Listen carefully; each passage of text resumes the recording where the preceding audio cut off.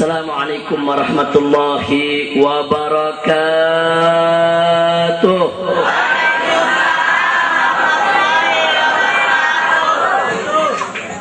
Bismillah walhamdulillah wassalatu wassalamu ala rasulillah wa ala alihi wa sahbihi wa mawalah. Ashhadu an la ilaha illallah wahdahu la syarika lah wa ashhadu anna sayyidana Muhammadan abduhu wa rasuluh la nabiyya ba'da. Amma ba'd.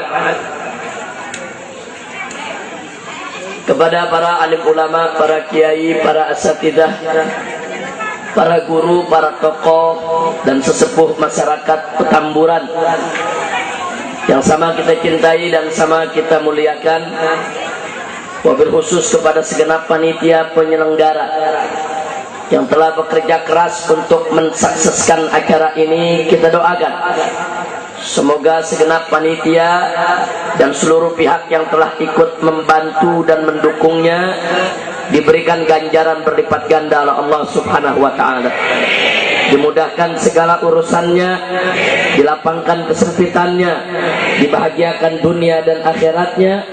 Amin ya rabbal alamin. Jazakallahu minna wa minkum fataqabbal ya karim.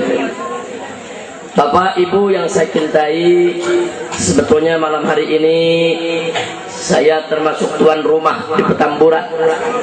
Kita sangat berharap kedatangan Kiai Haji Zainuddin MZ. Saya dengar beliau barusan masih memberikan ceramah di Ulu Jami. Mudah-mudahan sudah selesai, sedang menuju Petamburan. Jadi kita isi sambil menunggu kedatangan beliau. Nah, langsung saja saya ingin menyampaikan apa yang insya Allah akan manfaat buat kita semua dalam rangka memperingati Isra dan Mi'raj Nabi Muhammad sallallahu alaihi wasallam. Saudara, peristiwa Isra dan Mi'raj Nabi merupakan suatu peristiwa yang memang pada dasarnya sulit dicerna oleh akal manusia. Bahkan pada saat Nabi pulang dari Isra Mi'raj kemudian menceritakan tentang pengalamannya, ada sebagian orang Islam yang lemah iman, mereka murtad kembali keluar dari Islam, saudara. Makanya Allah nyatakan dalam surat Al-Isra ayat 60, faqala ta'ala wa ma ja'alna ar-ru'ya allati araynaka illa fitnatan linnas. Dan tidaklah ya Muhammad kami jadikan ru'ya yang kami tunjukkan, kami perlihatkan kepadamu di malam Isra dan Mi'raj, illa melainkan fitnatan linnas, menjadi ujian buat umat manusia, khususnya menjadi ujian buat umat Islam yang masih lemah iman. Nah, karenanya saudara, agar kita di zaman sekarang ini tidak lagi goyang keyakinan kita kepada Islam gara-gara peristiwa Isra dan Mi'raj, saya perlu ingatkan bahwa peristiwa Isra dan Mi'raj adalah peristiwa yang sulit dicerna oleh akal manusia, tapi bukan berarti tidak masuk di akal. Sulit dicerna oleh akal manusia karena peristiwa ini masuk dalam pengetahuan dan kekuasaan Allah yang maha luas tanpa batas, yang memang mustahil mampu dikarungi oleh ilmu manusia yang sedikit. Allah nyatakan dalam Al-Quran, faqala ta'ala wa ma utitum minal ilmi illa qalila. Tidaklah engkau ke manusia diberikan oleh Allah ilmu kecuali sedikit. Dengan akal yang sempit, ilmu yang sedikit, wajar kalau manusia kewalahan untuk bisa memahami peristiwa Isra dan Mi'raj. Karenanya Saya mau ajak semua agar kita mudah menerima, meyakini, percaya terhadap peristiwa Isra Mi'raj yang luar biasa. Tidak cukup hanya dengan bermodalkan akal dan ilmu saja, tapi wajib akal dan ilmu kita berdiri atas dasar iman. Makanya kita lihat bagaimana tatkala Abu Jahal berkata kepada Sayyidina Abu Bakar radhiyallahu anhu. Abu Jahal mengatakan, ya Abu Bakrin atusaddiqu kidba Muhammadin. Hei Abu Bakar, apa kau masih percaya dengan bohongnya Muhammad? Akal sehat mana yang bisa terima perjalanan dari Mekah ke Palestina, dari Masjidil Haram ke Masjidil Aqsa ditempuh hanya dalam waktu sebagian malam? Nggak ada akal sehat yang bisa menerima itu. Hei Abu Bakar, kita sama tahu dari Mekah ini ke Palestina dengan menunggang unta saja itu membutuhkan waktu pulang pergi 1 bulan perjalanan. Jadi Abu Jahal mencoba memancing Abu Bakar untuk menggunakan logika, menggunakan akal. Coba dong ya Abu Bakar, masa sih kita bisa percaya dengan cerita yang tidak masuk akal ini? Lalu apa jawab Abu Bakar, saudara? Sayyidina Abu Bakar radhiyallahu ta'ala anhu menjawab dengan tegas, "Lau qala Muhammadun ab'ada min dhalik, wallahi la saddaqtu." Andai kata Nabi Muhammad itu bercerita lebih hebat, lebih dahsyat daripada peristiwa Isra dan Mi'raj, demi Allah la saddaqtu, niscaya pasti aku akan percaya dan membenarkannya. Alhamdulillah. Jadi sekarang saudara perhatikan jawaban Abu Bakar Siddiq. Beliau jawab bukan hanya sekedar dengan akal dan ilmu, tapi beliau jawab dengan iman. Abu Bakar nggak peduli. Jangankan peristiwa Isra dan Mi'raj, andai kata ada peristiwa lebih hebat dari Isra dan Mi'raj, selama Nabi yang bercerita, selama Nabi yang menyampaikan, kata Abu Bakar Siddiq, demi Allah pasti aku akan percaya dan membenarkannya. Alhamdulillah. Nah, silakan dikasih jalan. Silakan dikasih jalan. Buka dikit. Nah, sallu ala nabi. Dikasih jalan, jangan diperlambat. Coba laskar panitia tidak jangan menghalangi, terus silakan dikasih jalan. Jalannya diberikan jalan. Silakan dibuka, jangan diperlambat, dibuka jalannya. Nah, ya sahlan, ya marhaba. Sallu ala nabi. Sallu ala nabi. Ya ahlan sahlan, fadhal ya Ustaz. Ya ahlan sahlan. Selamat datang kepada Kiai Haji Zainuddin MZ yang pada malam hari ini telah hadir bersama kita.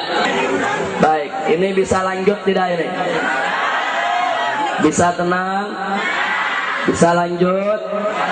Baik, kita persilakan Kiai Haji Zainuddin MZ untuk beristirahat sejenak, dan nanti beliau akan menyampaikan hikmah daripada Isra dan Mi'rajnya, insya Allah. Baik, saya lanjutkan saudara. Jadi Sayyidina Abu Bakar radhiyallahu ta'ala anhu menjawab tantangan Abu Jahal dengan iman. Sayyidina Abu Bakar nggak peduli, jangankan Isra Mi'raj yang lebih hebat dari Isra Mi'raj, selama Nabi yang cerita, pasti aku akan percaya dan aku akan membenarkannya.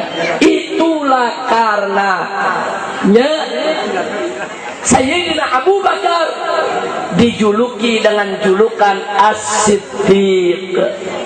Apa arti As-Siddiq? Orang yang jujur dengan imannya, orang yang jujur dengan Islamnya, orang yang membenarkan Nabi tatkala orang lain mendustakannya, orang yang percaya kepada Nabi malah orang lain mencemoohkannya. Nah, saudara, pelajaran yang ingin saya sampaikan di sini, perhatikan baik-baik. Sayyidina Abu Bakar Siddiq radhiyallahu taala anhu mengajarkan kepada kita untuk bisa menerima kebenaran peristiwa Isra dan Mi'raj. Tidak cukup hanya dengan akal dan ilmu saja, tapi harus dengan iman. Iman mampu menjawab yang gak mampu dijawab oleh akal. Iman mampu untuk menerima dengan segera yang sulit masih diterima oleh akal. Iman mampu untuk melakukan keajaiban yang gak mampu untuk dilakukan oleh akal, saudara. Iman. Nah, makanya ibu bapak di sini tolong sekali lagi, apa-apa yang datang dari Al-Quran, dari As-Sunnah, apa-apa yang datang dari Allah dan dari Rasulullah, jangan dikomentari dengan akal dulu. Terima dulu pakai iman. Yakini, percaya, amalkan. Titik. Kalau kita banyak protes dengan akal, hati-hati. Berapa banyak orang tergelincir karena tak mampu untuk menggunakan akalnya. Berapa banyak orang tersesat karena terlalu bangga dengan kemampuan akalnya. Berapa banyak orang akhirnya terjebak karena mereka tidak mampu untuk menggunakan akal sebagaimana mestinya. Akal adalah karunia Allah yang luar biasa. Akal wajib untuk kita syukuri, tapi akal untuk menggunakannya ada sistem, ada metode, ada syarat, ada batasan yang nggak boleh kita langgar, saudara. Karena itu wajib kita menggunakan akal dalam batasan-batasan yang sudah ditetapkan oleh syariat Nabi Muhammad Sallallahu Alaihi Wasallam. Nah, karena itu saya ingatkan, menggunakan akal dan ilmu tanpa iman berbahaya. Mau bukti tidak? Mau bukti? Betul? Terkait Zainuddin keburu pulang lagi. Masya Allah. Tapi nggak apa-apa, udah ada laskar di belakang siap ngiket. Ya, biarkan beliau, Masya Allah, beliau sahabat saya. Hari ini datang ke Petamburan, ahlan wa sahlan, nawartumuna, tasarraftumuna. Mudah-mudahan akan menjadi keberkahan buat kita semua. Amin ya rabbal alamin. Baiklah saudara, saya sampaikan sekedar bukti Pak Bu ya. Setelah itu saya cukupkan dan akan kita serahkan kepada Kiai Haji Zainuddin MZ untuk melanjutkan pengisiannya. Bapak Ibu, menggunakan akal tanpa iman, hati-hati. Mari kita lihat Pak Bu ya. Dalam aturan syariat, air mani, sperma dalam mazhab Syafi'i suci, tidak najis. Air kencing najis. Betul. Keluar air mani wajib mandi. Betul. Keluar air kencing tidak wajib mandi. Betul. Yang wajib istinja, cebok. Kalau mau diangkat hadasnya cukup berwudu. Betul? Ini aturan syariat. Sekali lagi saya sampaikan, ini aturan syariat. Itu yang diatur oleh Allah dan Rasulnya, itu yang diatur oleh Al-Quran dan Al-Hadis. Itu wajib untuk kita terima dan kita amalkan. Hati-hati kalau pakai akal, saudara. Kalau pakai akal akan protes, saudara. Pertama, nih kalau pakai akal nih, air mani suci, air kencing najis. Kalau yang suci aja wajib mandi, apalagi yang najis. Tuh pakai akal tuh. Yang suci aja wajib mandi, apalagi yang najis. Maka kalau pakai akal, kesimpulan hukumnya, yang suci saja wajib mandi, maka kalau keluar air kencing yang najis, lebih wajib untuk mandi. Jadi setiap kencing wajib mandi. Sehari 10 kali kencing, 10 kali mandi. Jadi mujair.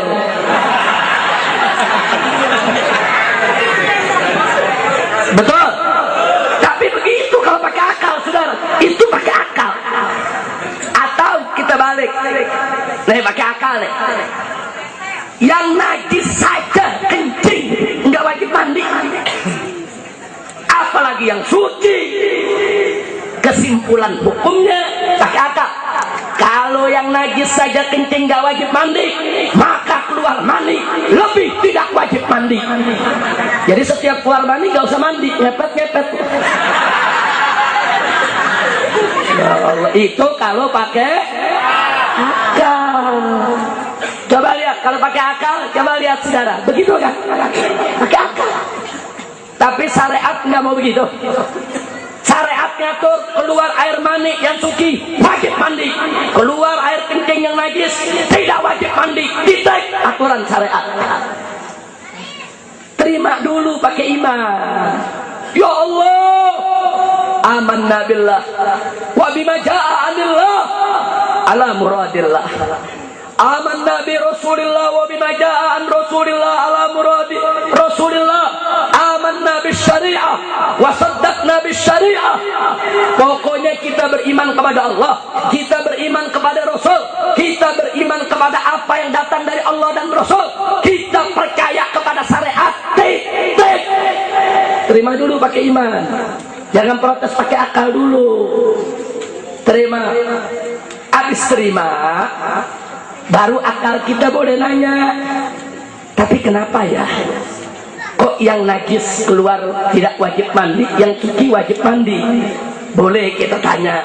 Lalu bagaimana jawabnya? Jawab pakai ilmu, saudara. Iman, akal, dan ilmu. Nah, begitu pakai ilmu apa jawabannya, saudara?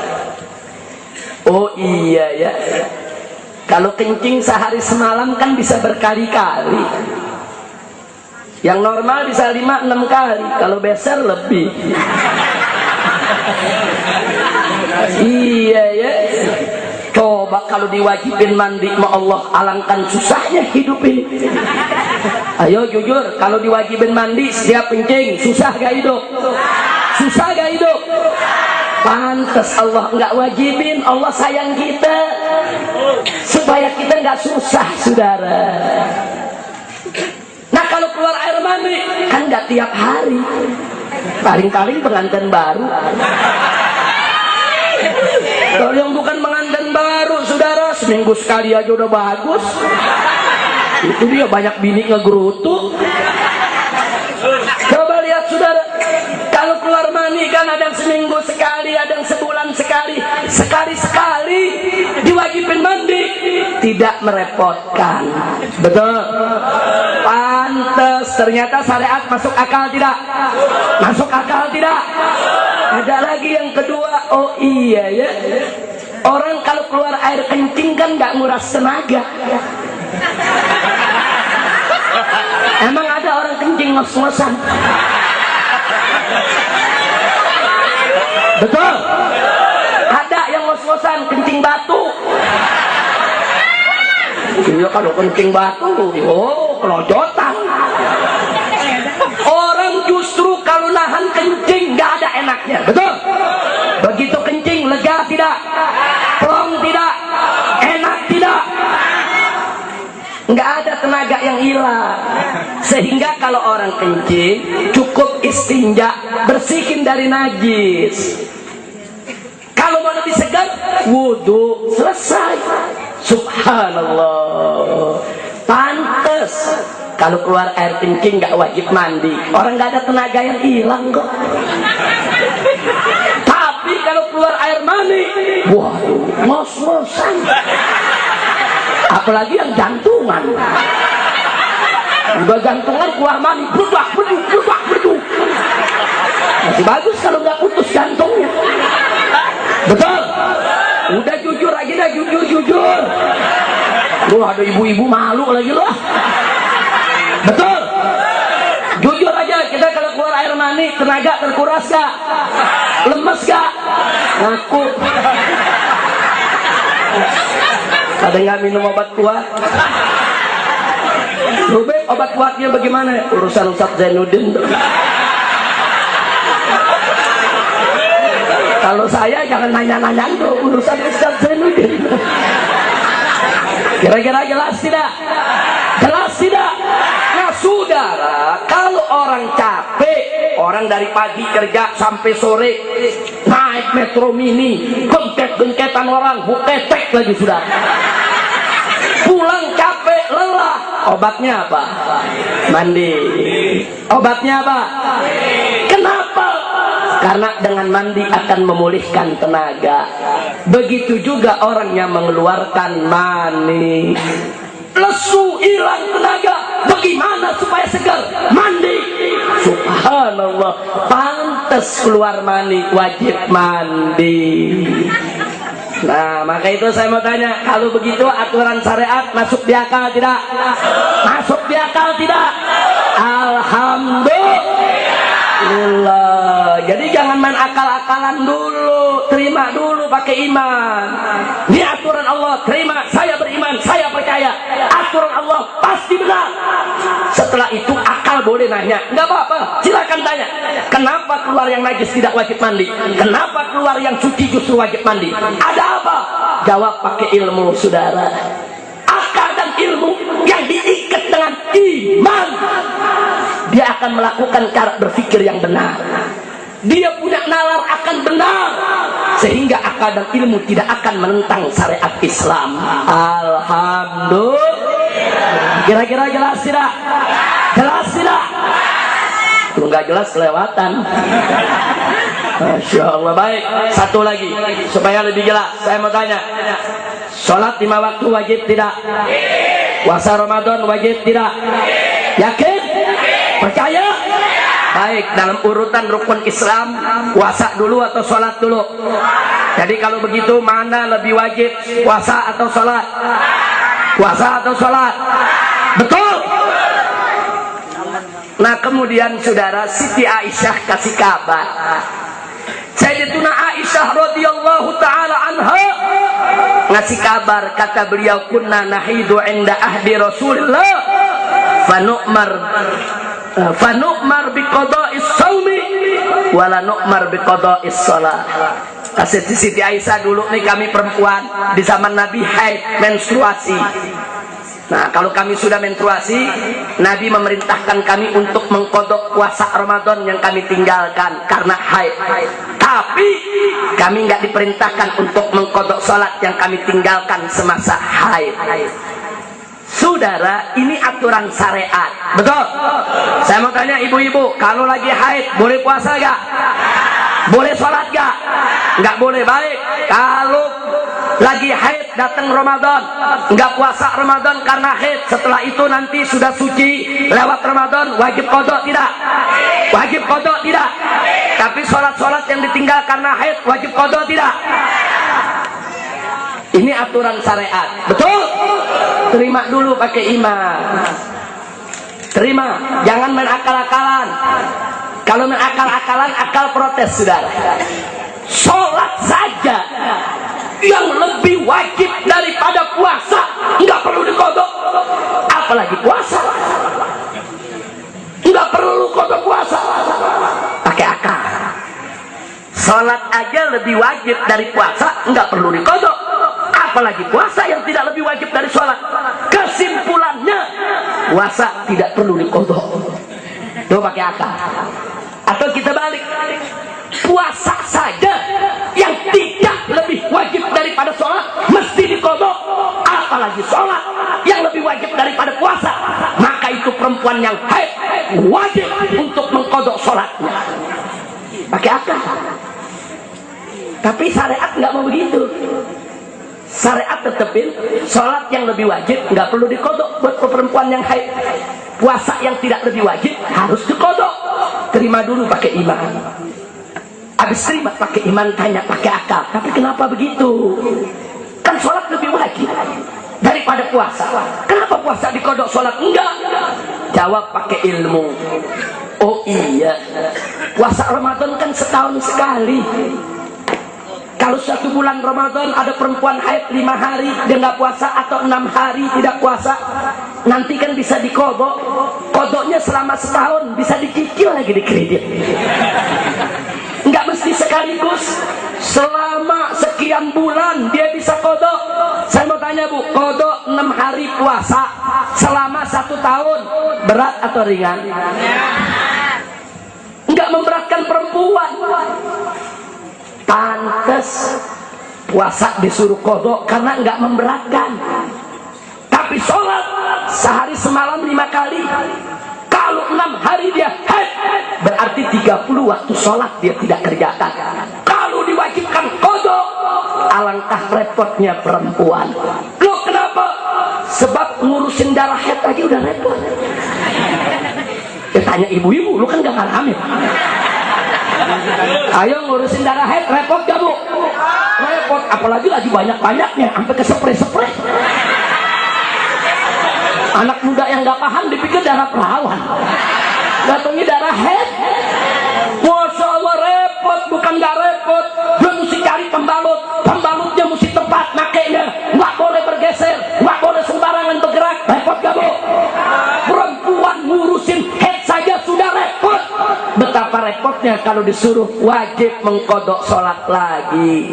Inilah maha adilnya Allah. Allah tahu perempuan sudah berat, perempuan sudah repot untuk mengurus darah haidnya, nggak mau Allah berikan beban lagi. Tidak perlu dia mengkodok sholatnya yang ditinggalkan selama haid. Adil tidak Allah? Adil tidak Allah? Kalau begitu syariat Islam masuk di akal tidak?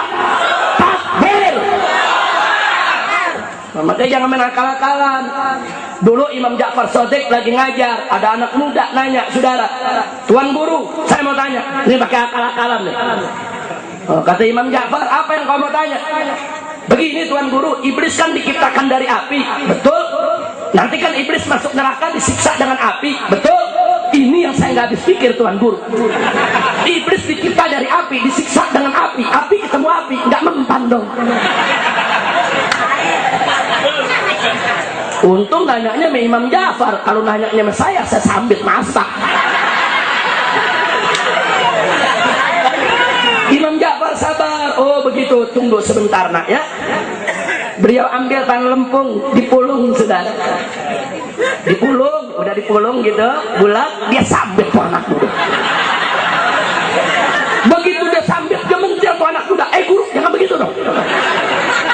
Nggak mau jawab, pakainya ambil sudah. Kata Imam Ja'far, kenapa kau takut? Ya sakit dong kalau kena. Loh, mana kau sakit? Ya sakit. Maaf, saya nggak sangka kalau kau sakit. Loh, kenapa bisa begitu? Masa orang disambitnya sakit? Begini kata tuan gurunya, kau kan manusia, betul? Manusia kan diciptakan dari tanah, betul? Barusan kan saya sambit dengan tanah, iya. Kok tanah ketemu tanah sakit ya? Betul? Saya mau tanya, manusia sama asalnya dibuat dari apa? Kalau disambit sama batu bata sakit gak? Kan tanah ketemu tanah. Baru tuh anak muda mikir, iya ya bener juga. Makanya jangan main akal-akalan dulu. Betul, iblis dari api, disiksa dengan api, tapi kan komposisinya udah beda. Itu kan asal muasalnya. Manusia betul dari tanah, tapi kan komposisi udah beda. Kita sekarang ada tulang, ada daging. Jangan lupa ada kulit yang merasak saudara, sehingga kita bisa merasakan sakit. Betul? Nah begitu saya mau tanya, jadi akal dengan ilmu kalau nggak pakai iman bahaya tidak? Bahaya tidak? Ini di Jakarta ada kiai ditanya sama muridnya, Pak Kiai, maaf nih Pak Kiai, kita kalau punya wudhu kentut batal Pak Kiai. Emang dasar anak muda kurang ajar. Orang ngomong Pak Kiai yang sopan, buang angin begitu, betul? Enggak, kentut. Ini guru sabar, iya batal. Emang kenapa? Nah begini Pak Kiai, nanti kalau kita batal, kita mau sholat, kan mesti ambil wudhu lagi, betul? Waktu ambil wudhu kan kita wajib membasuh muka Pak Kiai, betul? Ini yang saya nggak habis pikir Pak Kiai. Masa yang buang angin pantat yang dibasuh muka? Kurang ajar gak? Kurang ajar gak? Tapi tuh Kiai sabar. Apa tuh Kiai bilang? Anak muda, sebentar saya mau tanya sama kamu. Apa Pak? Begini, kamu kalau kentut yang malu pantat apa muka? Ya anak muda jawab, ya muka, makanya muka lu yang dikebokin. Kira-kira jelas gak? Jelas gak? Iya, ini momen akal-akalan deh kiai. Iya. Nah kiai biasa main di Quran hadis, akal kecil. Kiai mau ditantangin pakai akal. Iya. Makanya anak muda jangan sembarangan dong. Pokoknya belajar, pegang teguh Al-Quran, pegang teguh As-Sunnah, terima pakai iman. Jangan akal dibuat untuk melawan iman. Betul? Maka itu saya mau tanya semua, siap berpegang kepada syariat? Siap patuh kepada Allah dan Rasulnya? Siap gunakan akal secara benar? Siap gunakan ilmu secara benar? Siap ikat akal dan ilmu dengan iman? Takbir! Takbir! Sallu ala Nabi. Allahumma sholli wa sallim alaihi. Nah itu yang saya mau sampaikan pada malam hari ini, saudara. Jadi intinya singkat, pegang kuat syariat. Pegang kuat syariat, insya Allah. Nah, saya ingin undang semua yang ada di sini. Insya Allah malam Kamis besok setelah pengajian rutin di Masjid Al-Islah kita akan lebih percepat. Kita berharap jam 9 sudah selesai. Jamaah akan kita ajak rame-rame untuk cara tablik seperti ini di sebelah sana. Nah ini kan Petamburan 1 ini. Nah sebelah situ ada Petamburan 2, satu lagi Petamburan 3. Nah sebelah sana ada kantor RW 04. Nah kita akan laksanakan peringatan Isra Mi'raj sekaligus pelantikan DPC FPI Tanah Abang. Nah semula mau di sini dilantiknya, tapi akan lebih tepat kalau dilantik di depan kantor poskonya. Betul? Nah karena itu siap datang tidak? Siap hadir tidak? Takbir! Nah yang kedua saya mau undang lagi, insya Allah ini warga Petamburan tuan rumah semua. Tanggal 30 Juli hari Sabtu kita akan adakan milad FPI yang ke-13 sekaligus HUT kemerdekaan RI. Kita akan sholat subuh berjamaah, baca burda, baca Hizbun Nasr, wirid, zikir dan lain sebagainya, dan ada tausiah sampai jam 9 pagi. Nah jam 9 pagi kita sarapan dulu sama-sama semua. Setelah itu rame-rame kita akan adakan pawai untuk mengepung istana. Istana siapa? Istana Jenderal Susi. Kok ketawa lu? Lo untuk apa Habib? Untuk perang? Bukan.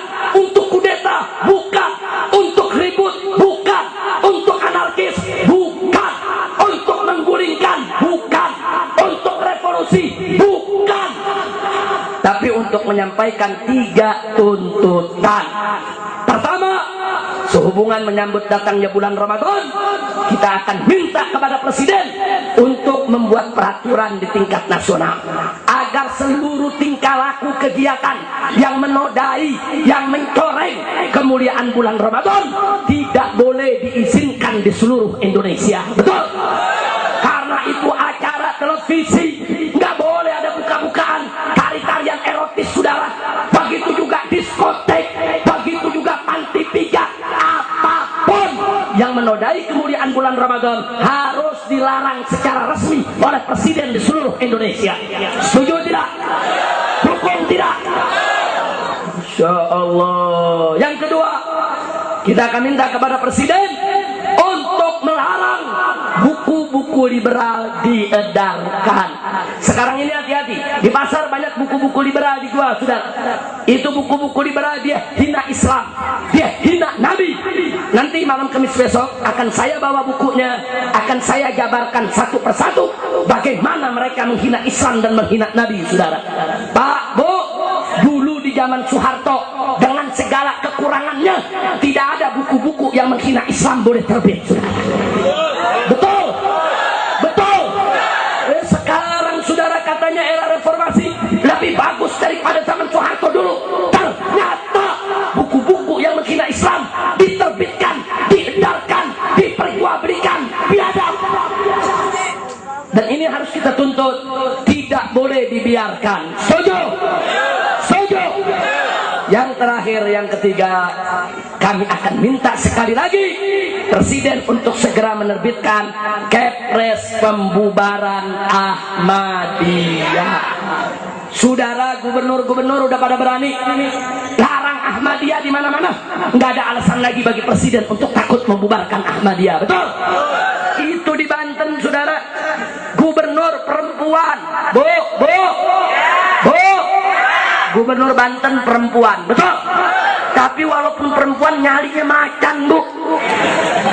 Perempuan nyali macan, dia keluarkan SK, saudara. SK larangan Ahmadiyah seprovinsi Banten. Masya Allah. Saya mau tanya, bagus tidak? Salut tidak? Bagus tidak? Gubernur perempuan berani, presiden lelaki nggak berani. Ayo saya mau tanya, jujur jawab. Semuanya jawab jujur. Perempuan berani, laki nggak berani. Apa namanya? Apa namanya? Apa namanya? Emang sekarang lagi zaman banjir. Ada orang siang namanya Toto, malam jadi Titi. Siang Tono, malam jadi Tini. Jangan-jangan Susilo jadi Susi kali ya. Ini dia nih, betul. Gubernur Jawa Barat, itu Jawa Barat sarangnya Ahmadiyah, saudara. Gubernur Jawa Barat berani keluarkan peraturan gubernur, Ahmadiyah dilarang seprovinsi Jawa Barat. Bagus tidak? Bagus tidak? Itu gubernur Jawa Barat, saudara, badannya kecil, nyalinya segede gajah. Gubernur Jawa Barat badan kecil berani, presiden badan gede, bongsor takut dia. Ini kalau orang Petamburan bilang gedong, gede dong. Udah dah, cukup segitu aja dah. Urusannya bubar dari sini, tangkap semua. Emang polisi udah nungguin dari sana tuh. Masya Allah. Udah cukup. Ustaz Zainuddin istirahatnya udah cukup, Ustaz. Nah dari saya cukup sekian. Maka itu saya mau tanya nih, kira-kira nanti Milad FPI mau hadir tidak? Siap datang? Siap jadi tuan rumah? Siap kepung istana? Takbir! Alhamdulillah. Nah ini yang saya mau sampaikan. Nanti insya Allah malam Kamis kita ketemu di depan RW 03. Saya harapkan semua hadir di sini insya Allah. Nah malam hari ini alhamdulillah tadi Haji Lulung sudah memberikan sambutannya. Haji Jan Farid setahu saya katanya sedang keluar negeri. Nah kemudian sekarang Kiai Haji Zainuddin MZ, alhamdulillah Allah berikan nikmat sehat dan kesempatan beliau hadir bersama kita di sini. Maka dari saya cukup sekian. Mudah-mudahan pertemuan kita malam hari ini diberkahi oleh Allah.